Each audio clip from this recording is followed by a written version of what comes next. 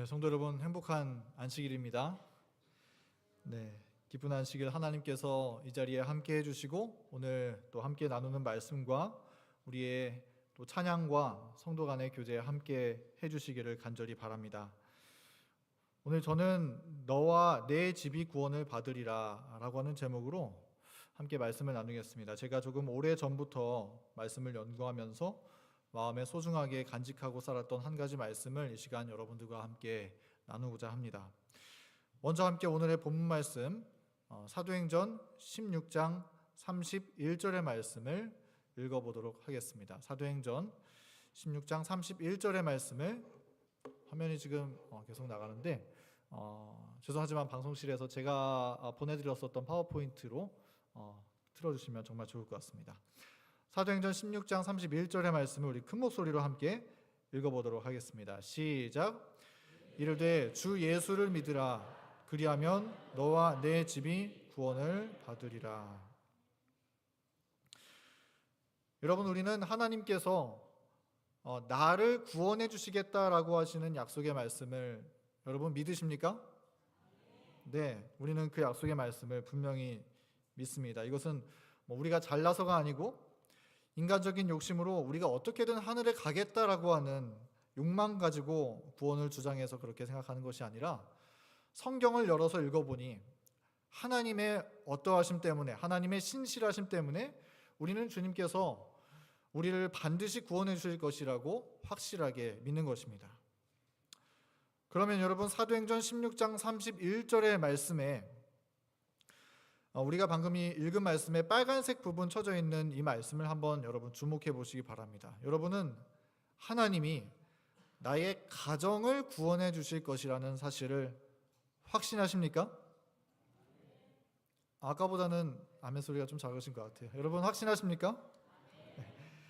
아마 잘 믿겨지지 않을 수도 있을 것 같습니다.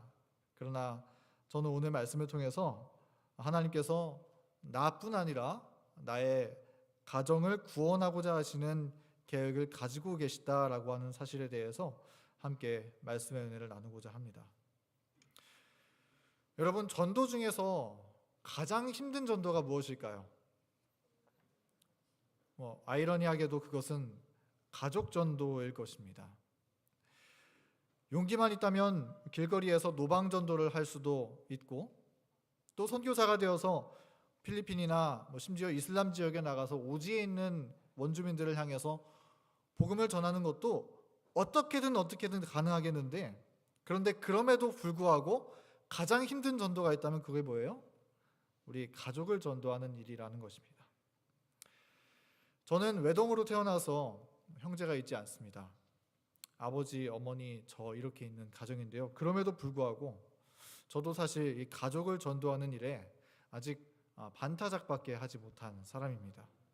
부모님 중에서 절반은 재림신앙을 하고 계시고 한쪽은 하나님을 믿지 않고 살아가는, 아직 하나님을 믿는 일에 별로 관심이 없이 그렇게 살아가는 분이십니다. 그래서 아직 주님을 만나지 못한 이 절반을 생각하자면 참 마음이 억장이 막히는 그런 느낌을 느낍니다. 지금은 이제 목회자가 되어서 교회에서 설교를 하자면 얼마든지 제가 받은 하나님의 은혜를 나누고 설교를 할 수 있지만, 그러나 아직 믿지 않는 저희 가족의 반쪽을 향해서 복음을 얘기해 주는 것은 왜 그렇게 쉽지 않나 모르겠습니다. 그래서 사실 저도 이 가족 전도의 임무를 다 완수하지 못한 현재 진행형 가운데 있는 사람 중에 하나입니다. 정말 쉽지 않은 일인 것 같습니다. 그럼에도 불구하고 제가 오늘 이 말씀을 나누는 이유는 우리 가족을 향한 하나님의 약속은 너무나 분명하고 확실하기 때문인 것입니다. 네, 우리가 생각하기에 가족들에게 복음을 전하는 일은 굉장히 어려운 일입니다. 그래서 가족에게 복음을 전하다가도 때로는 반대에 부딪혀서 낙심이 될 때도 있는 것이죠. 또 가족을 위해서 기도하기를 5년, 10년, 20년, 30년이 되어도 끄떡도 하지 않아서 이 가족을 위한 우리의 기도가 희미해지기도 하는 것입니다. 그러나 그럼에도 불구하고 우리가 기억해야 되는 것은 우리 가족을 향한 하나님의 구원의 계획은 여전히 불타오른다라고 하는 사실입니다. 하나님은 주 예수를 믿으라. 그리하면 너와 내 집이 구원을 받으리라 그렇게 확실한 약속을 주셨습니다. 여러분 오늘 이 하나님의 약속의 말씀을 되새기면서 다시 한번 우리 가족을 위한 기도의 불씨가 일어나는 저와 여러분 되기를 간절히 소망합니다. 네, 우리 말씀을 시작하시면서 빈칸 채우기를 한번 해보도록 하겠습니다. 네, 그리스도인 가정은 무엇이다. 여러분 이렇게 문장이 주어진다면 이 빈칸에 여러분 어떤 말을 넣어서 이 문장을 채우시겠습니까? 행복한 가정. 네, 집사님 가정 정말 행복한 가정 같습니다. 또 어떤 단어를 넣으시겠습니까? 우리 성경을 보면 이 그리스도인 가정에 대한 한 가지 묘사가 있습니다. 그것은 무엇이냐면 그리스도인 가정은 세상을 비추는 등불이다라고 하는 것입니다. 우리 다 같이 한번 읽어볼까요? 그리스도인 가정은 세상을 비추는 등불이다. 네, 우리 여기 잠언 6장 20절부터 23절의 말씀에 보면 그 내용을 우리가 캐치할 수 있겠습니다. 제가 읽어보겠습니다. 내 아들아, 내 아비의 명령을 지키며 내 어미의 법을 떠나지 말고 그것을 항상 내 마음에 새기며 내 목에 매라. 대저 명령은 등불이요 법은 빛이요 훈계의 책망은 곧 생명의 길이라. 여기 이 말씀을 보면 내 아들아, 내 아비의 명령을 지키며 내 어미의 법을 떠나지 말고라고 기록하고 있습니다. 우리 하나님을 믿는 신앙의 가정, 하나님의 말씀이 있는 가정에 대해서 이 잠언 말씀은 이야기하고 있는데 그 가정은 어떤 가정이냐면 대저 명령은 등불이다 이렇게 말씀하고 있다는 것입니다. 그러니까 우리 가정에서 아이들은 이 부모님을 통해서 하나님의 말씀을 전해 듣게 되는데 우리 가정마다 살아있는 하나님의 말씀이 나누어지는 그리스도인의 가정은 마치 세상을 비추는 등불과 같다라고 이 말씀은 우리에게 전해주고 있는 것입니다. 여러분 그리스도인 가정은 마치 등불과 같습니다. 여러분 이 등불은 어떤 역할을 하는 것입니까? 등불은 어둠을 비추는 역할을 합니다. 우리 그리스도인 가정은 이 성령의 기름을 공급받아서 하나님의 사랑의 뜨거운 불을 이 어두운 세상에 밝게 비추는 역할을 하는 하나님의 등불과 같은 존재로 세워지도록 부르심을 받은 가정들인 것이죠. 그런데 오늘날 각 가정마다 세워졌던 이 등불이 점점 희미해져 가고 있는 것을 우리가 보게 되는 것입니다. 온 가족이 하나가 되어서 이 복음의 등불을 비춰야 하는 그러한 하나님의 부르심 속에서 이 가정에서 그런데 우리가 원하지 않게 하나둘씩 믿음을 떠나가고 있는 그런 일들이 때때로 생기고 있는 것입니다. 여러분 하나님께서는 태초에 가정제도를 만드시고 이 아담과 하와를 통해서 그 가정이 세상을 비추는 환한 등불이 되도록 그렇게 계획하셨습니다. 그런데 사단은 그것을 알고 우리가 가정을 공격하고 무너뜨려서 믿음의 가정의 등불을 꺼뜨리기 위해서 우는 사자처럼 돌아다니며 일을 하고 있는 것입니다. 특별히 사단은 지금 이 세상에서 특별히 마지막 시대가 될수록 이 가정 단위의 등불을 정말 유지하기 힘든 세상으로 그런 분위기로 점점 우리를 몰아가고 있는 것을 우리가 볼 수가 있는 것입니다. 혹시 여러분 마처 세대라고 하는 단어를 들어보신 적이 있으신가요? 마처 세대 혹시 들어보신 적 있으십니까? 제가 한번 우연히 PD 수첩이라고 하는 이제 프로그램 가운데서 은퇴 없는 나라라는 다큐멘터리를 본 적이 있는데 거기에서 이 마처 세대라고 하는 단어를 설명해 주는 걸 보고 깜짝 놀랐습니다. 이 마처 세대가 무엇이냐면 여기 글씨가 나와 있죠. 부모님을 부양하는 마지막 세대 그리고 그 다음 자녀에게 부양을 받지 못하는 처음 세대. 그래서 여기 이 마처라고 하는 글자를 하나씩 따와서 마처 세대라고 부른다는 것입니다. 주로 대한민국의 50대, 60대 층이 여기에 해당하는 세대라고 많이들 이야기를 합니다. 여러분들 중에서도 많은 분들이 여기에 또 해당을 하고 계시는 것이죠. 그러니까 이게 무엇을 나타내는 것이냐면 이 가족 간의 연대가 점점 어떻게 되는 거예요? 점점 약해지고 희미해지고 깨어져 가는 그런 세상 가운데 우리가 살고 있다는 것입니다. 지금 이 시대는 그래서 이 가족 간의 사랑이 깨어지고 심지어는 가정을 잘 이루지도 않고 거기에다가 더 나아가서 아이를 낳지도 않아서 가정의 대가 아주 끊어져 버릴 위기를 고민하게 되는 그런 가정의 위기의 시대 가운데 우리가 살고 있는 것입니다. 말세에 하나님께서 말씀하시기를 사랑이 식어진다 말씀하셨는데, 사단은 가정 안에서의 사랑을 먼저 고갈시킴으로써 세상에서의 사랑도 무너뜨리고자 그렇게 계획했었던 것이죠. 그리고 이러한 분위기가, 문제는 가정마다 이 복음의 등불이 세워져야 마땅한 이 그리스도인의 가정에도 스며들고 심각하게 공격을 하고 있는 그런 시대가 우리가 지금 살고 있는 시대라고 하는 것입니다. 그러나 그럼에도 불구하고 우리가 기억해야 되는 것은 무엇이냐면, 여전히 하나님의 계획, 우리 가정을 구원하기 위한 하나님의 계획은 여전히 계속된다라고 하는 것입니다. 자, 우리 그 말씀을 조금 살펴보자면, 하나님은 때때로 구원에 대해서 말씀을 하실 때 이 가정 단위의 구원에 대해서 많이 말씀해 주셨습니다. 우리 그 말씀들을 몇 가지 살펴보도록 하겠습니다. 먼저 오늘 우리가 읽었었던 말씀이죠. 주 예수를 믿으라. 그리하면 뭐라 그랬습니까? 너와 내 집이 구원을 받으리라. 우리 사도 바울은 빌립보 간수에게 이 말씀을 설명해 주기를, 너뿐만 아니라 예수님을 믿을 때 너의 가족까지도 구원을 받을 거야. 이 가정 단위의 구원을 말씀하고 있는 것이죠. 또 구약 성경도 우리가 펼쳐보면은 이런 가정 단위의 구원에 대해서 말씀을 하고 있습니다. 여호수아 24장 15절의 말씀, 만일 여호와를 섬기는 것이 너희에게 좋지 않게 보이거든 너희 조상들이 강 저쪽에서 섬기던 신들이든지 또는 너희가 거주하는 땅에 있는 아모리 족속의 신들이든지 너희가 섬길 자를 오늘 택하라. 오직 나와 또 뭐요? 내 집은 여호와를 섬기겠노라 하니. 네, 여호수아가 나는 오직 여호와를 섬기겠다라고 할 때 거기에 뭐가 포함되어 있습니까? 나와 내 집이 여기에 포함되어 있는 것입니다. 가정 단위의 구원을 말씀하고 있는 것이고요.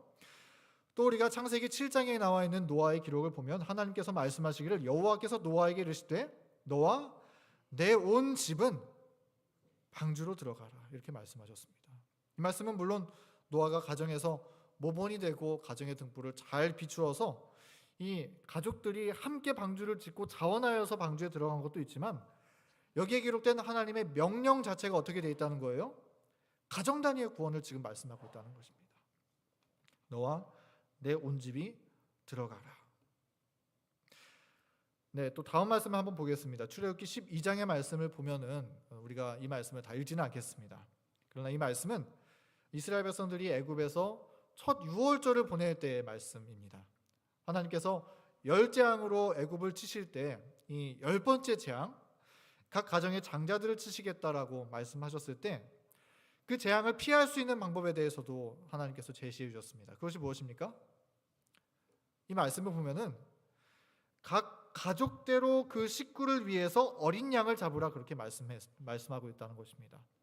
예수님을 상징하는 어린 양을 잡아서 그 피를 먼저 받습니다. 그리고 그 피를 어디에 뿌려요?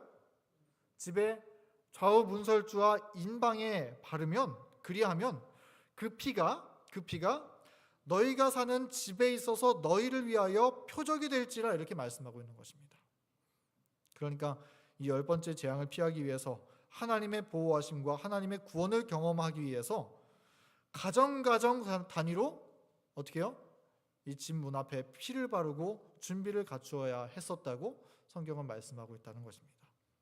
여러분, 이것은 참 놀라운 말씀드린 것이죠. 왜냐하면 사실 여러분, 구원은 어떻습니까?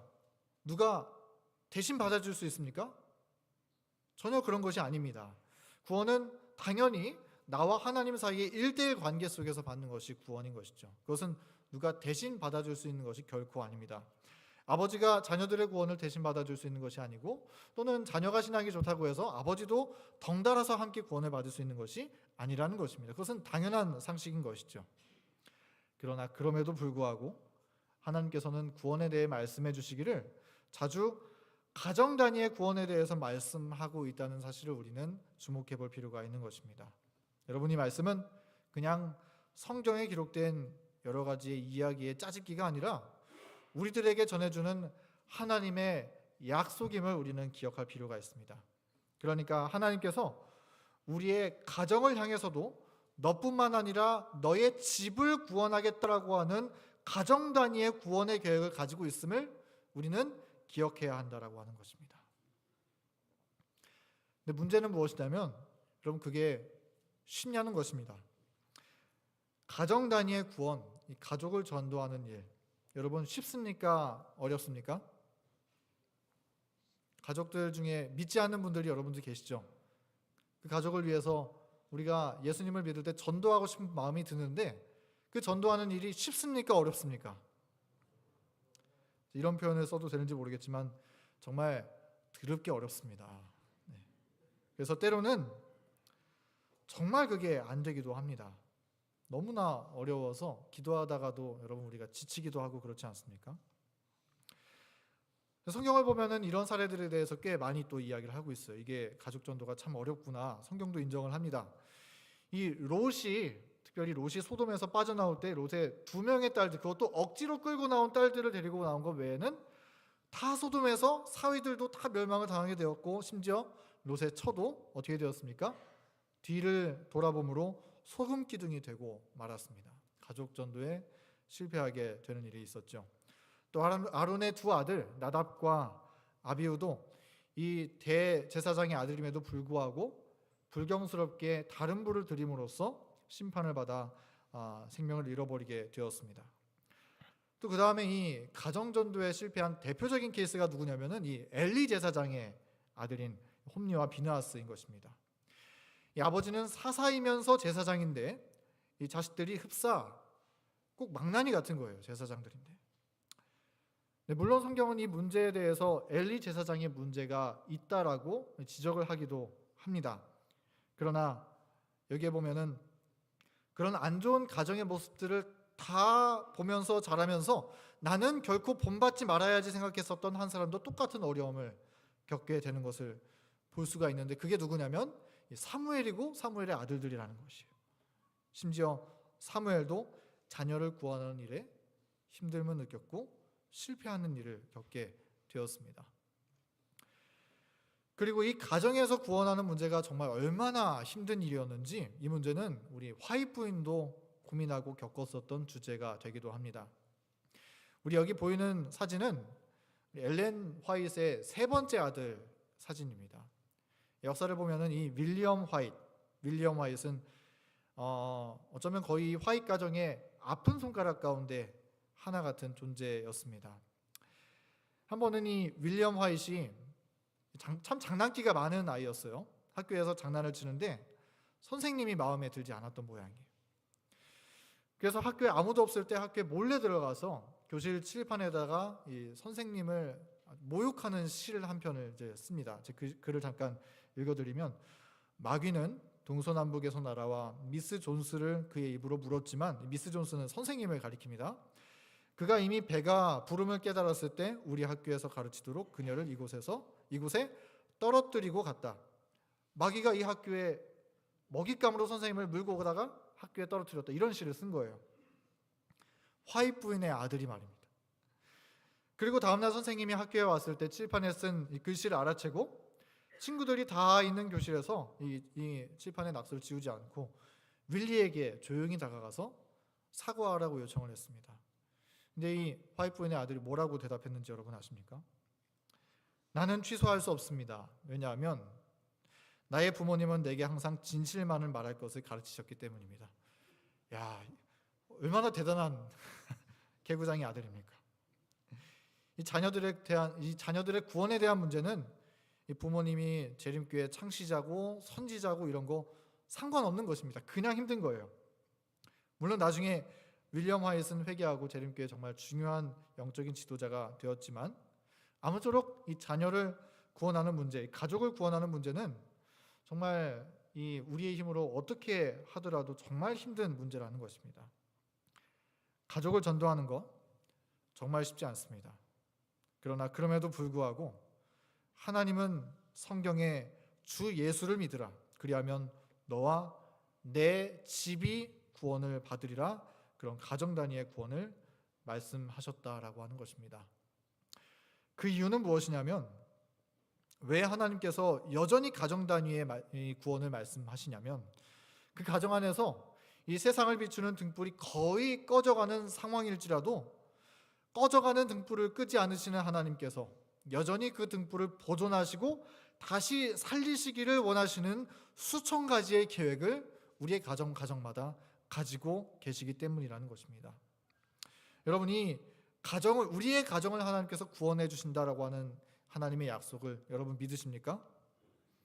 하나님께서는 우리 가정마다 가정의 등불이 혹 거의 꺼져가는 것처럼 보이는 가정일지라도 다시 그 가정에 이 심지에 불이 피어오르도록 하는 완벽한 구원의 플랜을 하나님은 가지고 계시다는 사실입니다. 특별히 하나님께서는 그것이 혹 연약하고 희미할지라도 여전히 가정의 등불을 지키고 있는 저와 여러분을 바라보면서 우리 가정을 포기하지 않으신다라고 하는 것입니다. 우리를 통해서 가정의 등불을 다시 지피시고 빛을 비추시기를 하나님께서는 원하신다라고 하는 것입니다. 그러므로 여러분, 가정을 전도하는 일이 때때로 힘에 부치십니까? 그러나 결코 포기하지 않게 되기를 간절히 바랍니다. 가정을 위해 기도하는 것이 10년, 20년 기도에 응답이 없어서 조금 위축되어 있습니까? 아니면 잠시 멈추어 있습니까? 아무리 힘들어도 가정을 위한 기도의 등불을 결코 끄지 않게 되기를 간절히 바랍니다. 끝까지 불태우시기를 간절히 바랍니다. 그러면 너와 내 집이 구원을 받으리라 약속하신 하나님께서 종국에는 우리 가정에 믿음의 결실을 분명히 맺어주실 줄 믿습니다. 네, 오늘 저는 이 말씀을 통해서 우리 가정의 등불을 밝히시는 하나님의 계획 4가지를 함께 나누고자 합니다. 가정을 밝히시는 하나님의 계획. 이 4가지 중에 첫 번째를 먼저 말씀을 드리면, 첫 번째는 이 복의 근원을 삼으심으로, 우리 가정에서 믿음을 여전히 지키고 있는 우리들을 이 가정의 축복을 나누어주는 복의 근원으로 삼으심으로 주님은 우리 가정의 등불을 밝히실 계획을 가지고 계시다는 사실입니다. 하나님께서는 아브라함에게 이렇게 말씀하셨습니다. 아브라함을 부르시면서 처음으로 말씀하시기를 창세기 12장 2절 말씀에 너는 복의 근원이 될지라 이렇게 말씀해 주셨죠. 그런데 그 복의 근원의 대상이 누구인가? 복의 근원이 있고 그 복의 근원이 흘러가는 첫 번째 대상이 누구인가? 그 말씀 우리가 살펴보면은 여기 아래 핑크색 글씨를 한번 여러분 주목해 보시기 바랍니다. 그 대상이 누구예요? 그 자식과 권속에게 명하여 여호와의 도를 지켜 의와 공도를 행하게 하려고 그를 택하였다, 이렇게 말씀하고 있는 것입니다. 하나님께서 아브라함이 복의 근원이 되겠다라고 하시는 말은 사실 십자가를 표상하여 가리키는 말이고 온 지구의 구원의 복을 가져다줄 축복의 근원으로 삼으시겠다고 하는 하나님의 약속의 말씀인 것입니다. 그런데 그 복의 근원이 되는 첫 번째 대상이 누구라는 거예요? 가장 먼저 가정이라는 것입니다. 가정. 아브라함은 믿음의 조상이 되고 온 세상에 구원을 가져다주는 거룩한 믿음의 사명을 이루기에 앞서서 저 멀리 있는 사람에게 복을 전해주기에 앞서서 가장 먼저 그의 가정에서 복의 근원이 되었어야 하는 것이었다는 것입니다. 여러분, 하나님께서는 우리 가정의 등불을 밝히시기 위해서 첫 번째 먼저 주님을 믿는, 주님을 받아들이는 우리 가정에서 복의 근원이 되기를 소원하고 계십니다. 여러분, 우리 가정에서 복의 근원이 되고 계십니까? 우리는 사실 때때로 이 하나님의 뜻에 거꾸로 할 때가 참 많이 있는 것 같습니다. 우리 주변 사람들에게는 여러분 어떻습니까? 아주 친절하고 나이스하고 따뜻한 축복의 통로처럼 그렇게 웃으면서 미소를 전해주고 지내다가 가정에 들어가면 여러분 어떻습니까? 내가 이놈의 남편네, 이놈의 여편네가 되는 것이 어쩌면 우리의 삶의 현실이 아닌가 하는 생각이 듭니다. 이상하게 가정에 들어가면 그렇게 됩니다. 가정에 들어가면 섬기려고 하는 것이 아니라 오히려 섬김을 받기를 바라는 그런 보상 심리가 작동하는 것만 같습니다. 그러나 여러분, 하나님께서는 우리 가정의 등불을 밝히시기 위해서 계획을 가지고 계시는데 그 가장 첫 번째 계획이 무엇이냐면 우리 가정에서 다른 사람들보다도 먼저 가정에서 복의 근원이 되어야 한다고 말씀하고 있다는 사실을 여러분 꼭 기억하시기를 간절히 바랍니다. 우리 증언의 말씀 그리스도인의 마음과 품격, 인성과 품격, 이 말씀은 우리에게 이렇게 말씀하고 있습니다. 그는 아버지를 가리킵니다. 그는 찌푸린 얼굴로 집에 돌아올 것이 아니라, 아버지 여러분들 잘 들어보시기 바랍니다. 가정에 햇빛을 가져와야 하며 아내에게 위를 쳐다보게 하고 하늘을 쳐다보게 하고 하나님을 믿도록 격려해야 한다. 그들은 연합하여 하나님의 약속을 주장하고 그분의 풍성한 축복이 가정에 임하게 할 수 있다. 우리 가정의 아버지 여러분들, 이 말씀을 잘 보셨습니까? 밖에 나가서 열심히 일하고 시간을 보내다가 가정에 들어올 때, 가정에 뭐 가지고 들어오라 그랬어요? 가정에 비닐봉다리에 치킨만 들고 들어오지 말고 가정에 햇빛을 가지고 들어오라고 성경은 말씀하고 있다는 것입니다.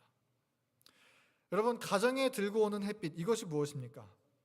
밖에서는 혹 우리가 가장으로서 일하면서 이리 치이고 저리 치이고 이런 일들을 우리가 남자로서 다 보낼 수가 있는 것입니다. 그러나 그런 염려와 여러 가지 일들을 다 겪고 들어오면서 가정에 들어올 때에는, 이 가정의 문고리를 딱 돌려서 열고 들어올 때에는 어떻게 하라는 거예요? 그 전까지 하나님 앞에 기도드리면서 모든 문제들을 다 털어서 버려버리고 그 다음에 가정에 은혜의 햇빛을 가지고 들어오라고 여기에 이 말씀에 말씀하고 있는 것입니다. 그리하면 주님의 풍성한 축복이 가정에 임하게 될 것이다. 이 말씀은 이야기하고 있다는 것이에요. 우리 가정의 아버지분들, 오늘부터 여러분 그렇게 하시겠습니까? 왜 어머님 분들의 아멘 소리가 들리시죠? 아버지분들 그렇게 하시겠습니까? 네, 당장에부터 저부터 그렇게 하도록 오늘 하나님 앞에 서원하는 그런 고백을 올려드리고자 합니다. 우리가 그렇게 할 때 가정의 복의 근원이 되고 가정의 등불을 밝히는 출발선을 이제 막 지나는 것입니다. 여러분, 이 말씀은 꼭 아버지만을 위한 말씀이 아닙니다. 이 말씀은 여기에 있는 모든 믿음의 영혼들에게 호소하는 말씀인 것입니다. 여러분, 가정에 들어갈 때 은혜의 햇빛을 가지고 들어가십시오. 가정에 들어갈 때 배려의 햇빛을 들고 가십시오. 웃음의 햇빛을 여러분 들고 들어가시기 바랍니다. 행복의 햇빛, 감사의 햇빛을 여러분 가정에 들고 들어가시기 바랍니다. 여러분, 그렇게 하도록 우리 모든 가족 여러분들 하나님 앞에 그렇게 약속하시겠습니까? 네, 우리 그렇게 할 때 빛 되신 우리 주님께서 우리 가정을 환하게 밝게 등불을 비추어 주실 줄 분명히 확신합니다.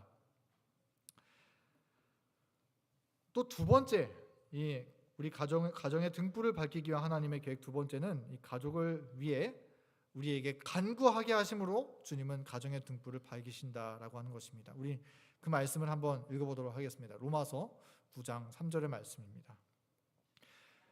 사도 바울이 이렇게 말씀했습니다. 다 같이 읽겠습니다. 시작. 나의 형제 곧 골육의 친척을 위하여 내 자신이 저주를 받아 그리스도에게서 끊어질지라도 원하는 바로다.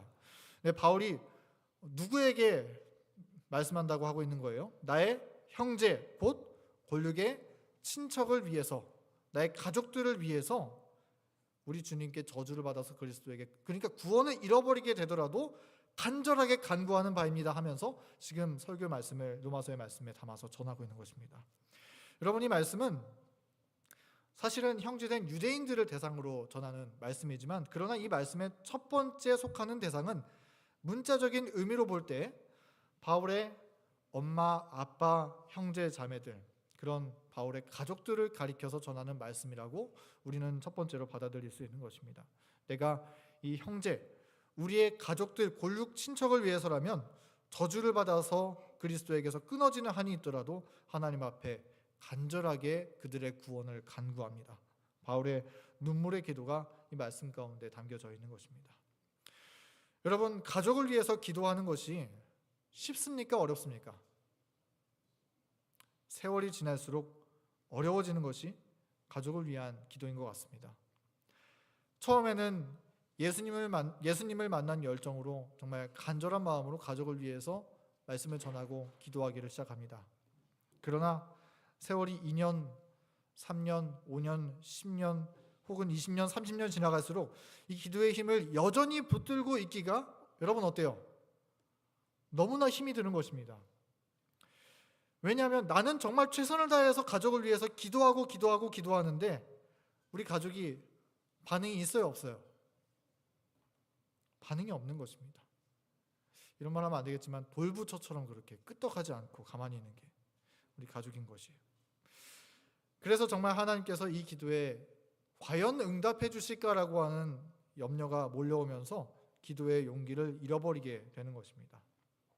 그래서 나중에 어떻게 되냐면 기도할 때 어느 정도는 무의식적으로 포기해놓고 기도를 하는 거예요. 하나님, 우리 자녀를 도와주세요. 우리 아버지 하나님 믿게 해주세요. 그렇게 기도를 하긴 하는데 별로 내가 드린 기도를 별로 믿지 않아요. 그렇게 기도를 하는 것입니다. 그러나 여러분, 우리의 기도에 대한 하나님의 응답이 혹 더딘다 할지라도 우리 가정을 구원하고자 하시는 하나님의 계획은 여전히 멈추지 않았고 우리 가정 안에서 여전히 작동하고 있다라는 사실을 여러분 결코 잊지 않게 되기를 간절히 바랍니다.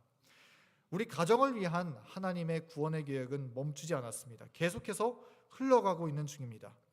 그런데 우리가 기도하기를 멈춘다면, 우리가 가정의 등불을 밝히시는 하나님과 협력하기를 멈춘다면, 그러면 누가 그 일을 대신 해주겠습니까?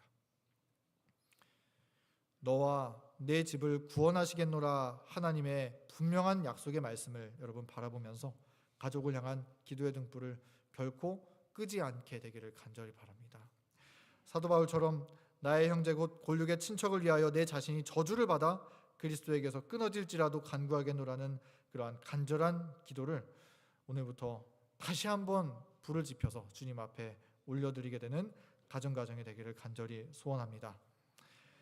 세 번째는 주님을 만난 기쁨을 가족들에게 간증하게 하심으로 주님은 우리 가정의 등불을 밝히고자 하신다는 것입니다. 이 마가복음 5장의 말씀을 우리가 보면은 예수님께서 이 거라사의 광인을 만나시고 그에게 들렸던 귀신을 내쫓아 주시는 일을 해 주셨습니다. 예수님이 그렇게 하시자 이 사람 속에 있던 귀신들이 떠나가서 돼지떼에 들어가서 바들을 향해 뛰어 들어가서 몰사하는 일이 벌어지게 되었습니다. 놀라운 이적이 나타나게 되었던 것이죠.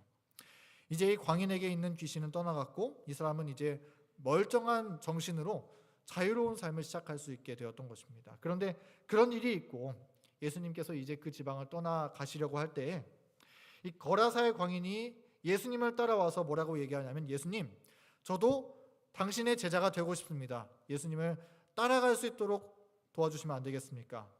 그렇게 얘기를 했습니다. 그런데 그때 예수님께서 이렇게 답변하시는 것입니다. 허락하지 아니하시고 이르시되 집으로 돌아가 주께서 내게 어떻게 큰 일을 행하사 너를 불쌍히 여기신 것을 내 가족에게 알리라. 예수님께서 제자가 되겠다고 찾아오는 이 사람에게 나 따라오지 말고 먼저 누구한테 가라는 거예요? 내 가족에게 가서 이 놀라운 일들을 전하라, 그렇게 말씀하시는 것입니다. 예수님은 거라사의 광인을 치유하시고 그를 가장 먼저 가정의 등불로, 가정의 선교사로 삼으셨었던 것입니다. 여러분, 예수님께서 이 가족에게 가서 이 소식을 알리라 그렇게 말씀하셨을 때 이 사람이 어떻게 나아갔을까요? 우리 가족에게 예수님 얘기하려면 어때요? 쉽지 않죠. 쭈뼛쭈뼛 그렇게 이야기하죠. 근데 이 거라사의 광인이 어땠을까요? 아버지한테 예수님이 나 고쳐주셨는데 그 얘기하기가 좀 부끄러운데, 그러면서 나갔을까요? 아닙니다. 아주 생생한 감격과 기쁨을 들고 가족에게 달려갔을 것입니다. 아버지, 저 좀 보세요. 예수님이 고쳐주셨어요. 어머니, 저희 이제 예수님 믿고 살아요. 그렇게 복음을 전했을 것입니다. 마가복음 5장 20절 말씀은 이 놀라운 소식이 가족들을 넘어서 데가볼리 동네 모든 지역에 전해지게 되었다고 말씀하고 있습니다. 여러분, 우리는 어떻습니까? 안식일에 교회에서 은혜 받고 가정으로 돌아가서 우리 주님을 간증하며 살고 있습니까? 여러분, 우리 예수님을 만나고 예수님과 동행하는 가운데 우리의 삶을 변화시켜 주시는 예수님의 이적을 우리가 많이 경험함으로 우리 가정에 뜨겁고 생생한 간증의 이야기가 많이 전해지게 되기를 간절히 바랍니다. 하나님께서는 우리의 간증을 통해서 일하십니다. 하나님께서는 우리의 감사를 통해서 일하시고 하나님께서는 우리의 예수님을 만난 감정을 통해서 또한 일하시는 것입니다. 주님을 만난 우리의 변화를 통해서 주님은 우리 가정에 믿음의 등불을 밝히시기를 소원하시는 것입니다. 그런 뜨거운 간증, 뜨거운 믿음의 점화가 우리 한 사람마다 나타나고 가정마다 전해지게 되기를 간절히 바랍니다. 그런데 우리가 가족들에게 그렇게 말씀을 전해도 그래도 전해지지가 않을 때가 있어요. 가족 전도가 참 그렇게 쉽지 않습니다. 그런데 그렇게 할 때 하나님께서 사용하시는 마지막 도구가 무엇인가? 그것은 무엇이냐면 네 번째, 시련의 도구입니다. 주님은 시련을 통해서 우리 가정에 믿음의 등불을 전해주고자 하신다라고 하는 것입니다. 네, 우리는 다윗의 이야기를 또 한번 생각해 보도록 하겠습니다. 다윗의 사례에서 생각해 보자면 이 다윗의 부모님은 어떤 사람이었습니까? 별로 그렇게 자세하게 성경에 기록이 나오지 않죠. 그러나 영적인 탁월함이 있거나 아니면 믿음의 안목이 있던 사람은 아니었던 것 같습니다. 예를 들어서 이 사무엘이 왕이 될 사람을 찾기 위해서 아버지의 집에 찾아와서 기름을 부어주고자 왔을 때 다윗의 부모님들이 어떻게 했어요? 다윗을 제쳐놓고 큰형부터 한 사람 한 사람씩 얘기하고 이 사람입니까? 이 사람입니까? 그렇게 이야기하지 않았습니까? 하나님이 보시기에는 다윗밖에 없는데 이 부모님의 마음에 다윗은 안중에도 없는 것입니다. 그들은 믿음의 안목이 전혀 없던 사람이었습니다. 형제들도 마찬가지였습니다. 이 골리앗 앞에서 아무런 믿음도 발휘하고 있지 못하던 사람들이었습니다. 그런데 이 다윗이 시련을 당하는 일로 인해서 이 가족들의 믿음은 아주 완전히 뒤집어지고 새로워지게 되었던 것입니다. 어떻게 그렇게 되었는가? 다윗이 시련을 당할 때 가족들은 믿음의 결정을 했어야만 했습니다. 어떤 결정이냐? 이 사울이 다윗을 시기해서 죽이려고 했었죠. 그때 이 도망다니는 다윗이 과연 저 도망다니는 다윗이 하나님의 편인지 아니면 사울이 하나님의 편인지 가족들은 눈으로 보고 판단하고 결정했어야 했다는 사실입니다. 그리고 다윗이 아둘람 굴로 도망갔을 때 이 다윗은 그 형제와 아버지의 온 집을 다시 재회하여 만나게 됩니다. 이때는 어쩌면 이 다윗에게 있어서 가장 힘든 시기였습니다. 사울 왕의 핍박을 피해서 산으로 동굴로 피하고 또 블레셋 가드에 들어갔을 때는 침을 흘리면서 미친 척을 하기도 하는 그런 때가 바로 이 시기였습니다. 그런데 그때 가족들이 누구를 찾아갔냐면은 그냥 숨어 지낼 것이 아니라 도망다니는 다윗을 찾아왔어요. 그리고 만나서 무슨 대화를 나눴을까요, 여러분? 아들 다윗아, 너가 지금 하고 있는 신앙이 정말 하나님 편에 서 있는 신앙인 게 맞니? 사울 왕이 너를 죽이려고 하는데 그 이유가 정말 무엇이니? 너가 믿는 신앙을 우리에게도 상세하게 알려다오. 그러면 엄마 아빠가 잘 듣고 너와 함께 할지 그렇지 않을지 결정하도록 할게. 평소에는 관심도 없었던 이 부모님이 다윗의 신앙의 이야기를 귀 기울여 듣게 되었던 것입니다. 그리고 그것으로 인해서 다윗의 가족들은 다윗의 편에 아니 하나님의 편에 완전히 서게 되는 계기가 되었던 것입니다. 온 가족들의 믿음의 등불이 밝히 비추어지는 그런 이적이 이 시련의 때에 나타나게 되었던 것입니다. 여러분, 시련은 우리를 고통스럽게 만듭니다. 그러나 하나님은 이 시련의 도구를 때때로 사용하셔서 우리 가정의 등불을 환하게 비추어 주신다는 사실입니다. 여러분 어떻습니까? 혹 우리의 인생에 시련을 당하고서도 가족들에게 복음을 전하는 자로 설 마음의 준비가 여러분 되어 있습니까? 여러분이 혹 시련을 당하고서도 내 형제 곧 및 골육과 친척을 위하여 생명이 끊어지는 한이 있더라도 우리 가족들에게 예수님을 소개하고 함께 하늘에 가고 싶은 마음의 준비가 여러분 되어 있습니까? 여러분의 마음의 결심에 하나님께서 함께 해주실 것이라 분명히 믿습니다.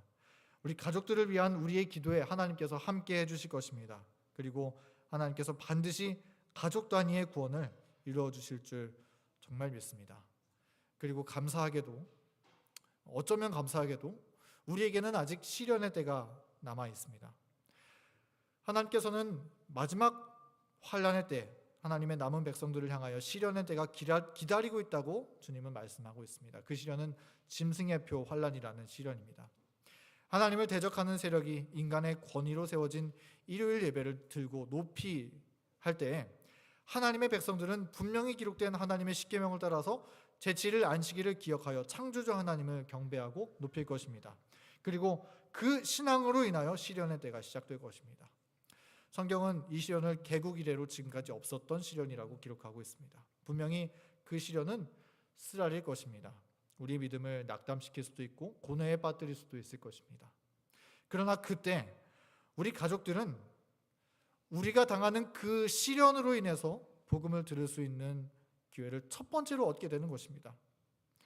마치 다윗의 가족들이 그랬었던 것처럼 우리 가족들은 두 편 사이에서 결정하게 되는 것이에요. 하나님의 편에 서게 될지 아니면 반대편에 서게 될지 우리의 말을 상세히 들으면서 결정하게 된다는 것입니다. 그러면 여러분, 그런 상황에서 우리 가족들이 정말 우리 말을 귀 기울여 듣지 않겠습니까?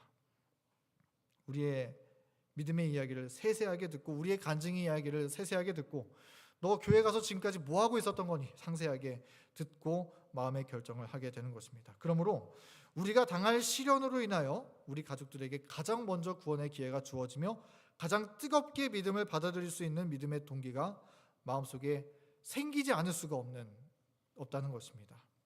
여러분, 그러므로 호소하기를 우리 가족들을 향한 여러분의 기도의 등불을 결코 멈추지 않게 되기를 여러분 간절히 소원합니다. 가족들을 위해서 은혜의 햇빛을 비추는 일을 결코 멈추지 않게 되기를 간절히 바랍니다. 때때로 그 일이 지치고 힘들더라도 주 예수를 믿으라. 그리하면 너와 내 집을 구원하리라 말씀하신 하나님의 약속을 기억하시면서 포기하지 말고 낙심하지 말고 끊임없이 가족들을 위해 기도하고 복음을 전하는 일을 여러분 우리 멈추지 않게 되기를 간절히 바랍니다. 그렇게 해서 마치 노아의 가족들이 노아를 따라 함께 방주에 탔었던 것처럼 우리 가족들도 그렇게 함께 방주에 타게 되었으면 정말 좋겠습니다. 이 말씀이 참 놀라운 것 같아요. 하나님께서 노아에게 방주에 들어가라고 말씀하실 때 너와 너의 온 집은 방주에 들어가라. 그런 하나님의 명령이 우리 가정마다 들어있는 것입니다. 여러분, 하나님은 반드시 우리 가족들을 구원하십니다. 하나님을 의지하고 믿음으로 기도하기를 멈추지 않게 되기를 간절히 바랍니다. 아까 저희 가족의 아직 두 분 중에 절반은 아직 하나님을 믿지 않는다라고 말씀을 드렸죠. 지내다 보면은 대화를 하다 보면 꼭 그 예수님을 받아들일 수 있는 기회가 올 것만도 같고 그렇지 않을 것만도 같은 그런 이 기회를 계속 왔다 갔다 하는 그런 상황 가운데 놓여져 있는 것을 경험하게 됩니다. 이번 이제 설날에 또 뵙고 왔는데 걱정이 앞서요. 삶의 염려와 유튜브에 그렇게 빠져 있어요. 그런 모습을 보면 정말 억장이 무너집니다. 그러나 저는 하나님의 약속의 말씀을 믿습니다. 너와 내 집을 구원하겠노라 약속하신 하나님의 신실하심을 믿습니다. 우리 가족을 향한 하나님의 계획은 지금도 우리를 통해 계속된다는 사실을 저는 분명히 믿습니다. 그러므로 온전히 가정을 위한 기도의 등불을 계속 비추고자 저는 오늘 다시 한번 결심하고자 합니다. 여러분들도 우리 가정을 위한 기도에 함께 동참하시겠습니까? 여러분의 믿지 않는 가족을 위해서 기도의 등불을 끊임없이 지피우시기를 여러분 함께 하시겠습니까? 우리가 그 일을 위해서 해산하는 수고를 아끼지 않을지라도 하나님께서 반드시 기도에 응답해 주신다면, 그런 약속이 있다면 그건 정말 도전해 볼 만한 가치가 있는 것 같다고 저는 생각합니다. 우리의 결심에, 우리의 기도에 하나님께서 함께 해주시고